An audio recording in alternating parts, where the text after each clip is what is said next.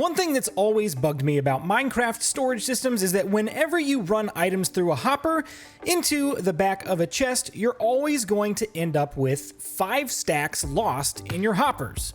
So it got me to thinking about what could we do to either make this completely lossless or make it the most efficient shulker storage in Minecraft. So I started tinkering in a testing world and came up with a design that was rather large and clunky. So I enlisted the help of one of my community members, Zero Cruel, and he came up with this awesome design. As you can see from the footprint and the item list, they are both quite small, so it is going to be efficient with both your space and your resources. To get started building this shulker system, we're going to go ahead and place down 5 temporary blocks like so.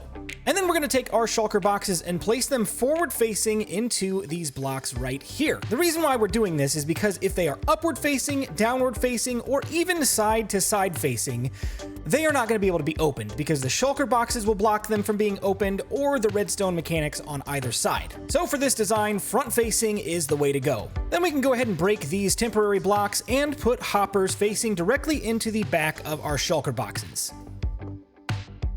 Next, we're going to take a comparator and place it down sideways, facing out of the shulker box right there, with another comparator facing towards the back of the footprint, and we're going to put this comparator into subtract mode.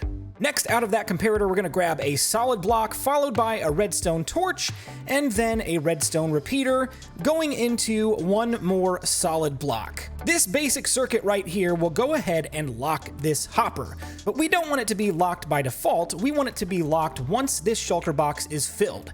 Here's how we accomplish that. On this block right here, we need any item in the game that will output a signal strength of 15. That could be anything from a redstone torch to a redstone block, or for our purposes today, we're going to grab a shulker box full of items that have been renamed to subscribe. Be sure to subscribe to the channel. Go ahead.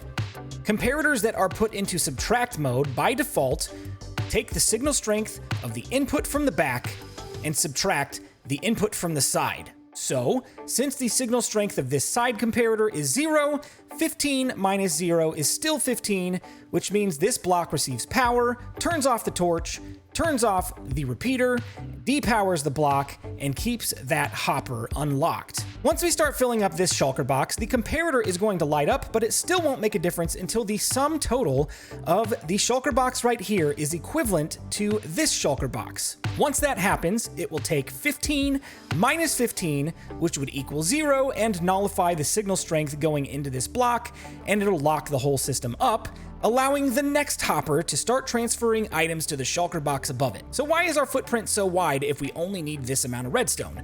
Well, in order for this to work, we do need to mirror it on both sides, just like you can see over here. We've got it mirrored, we've got a bottom level, then the next level, and then going up and up and up. This is stackable as high as you want to make it, so if you want to put a ladder, you can, but my suggestion would be to keep your storage accessible from ground level. Just so you can see how to build this on the mirrored side, we're going to do the same thing over here, place down a comparator facing into another comparator in subtract mode. We'll go ahead and place down our block full of items, and then we'll grab our redstone torch and our repeater, and that system is armed and ready to go as well. So just for a quick demonstration, I've run a hopper line over the top of the inputs for these shulker storage units, and we're just going to see how this thing handles. I've got a box full of items named subscribe, and we're going to run those into the system and see how we do. As you can see, items are already flowing into the bottom shulker, and they will continue to do so until this is completely filled. Now, because this test is a 1-for-1 transfer from one shulker to the next, it's not really going to demonstrate the items that are left over in the hopper because there is an exact transfer and there's not going to be any more in the line currently when this locks. Most of the time you're not going to come out to an even number like that, so I've gone ahead and filled it up a little bit, and we've still got plenty left over here to test out this design.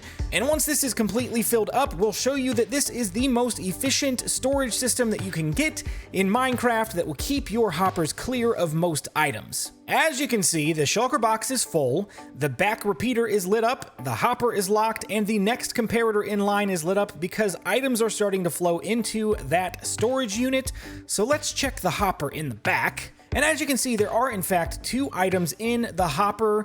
I don't think there's any way to avoid this, but it's much better than 5 stacks. So there you have it, folks, the most efficient shulker storage system in all of Minecraft.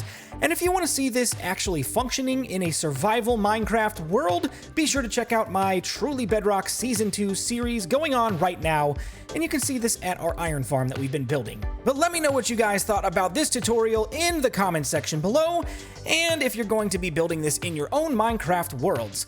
Thank you guys so much for watching, and have a fantastic day.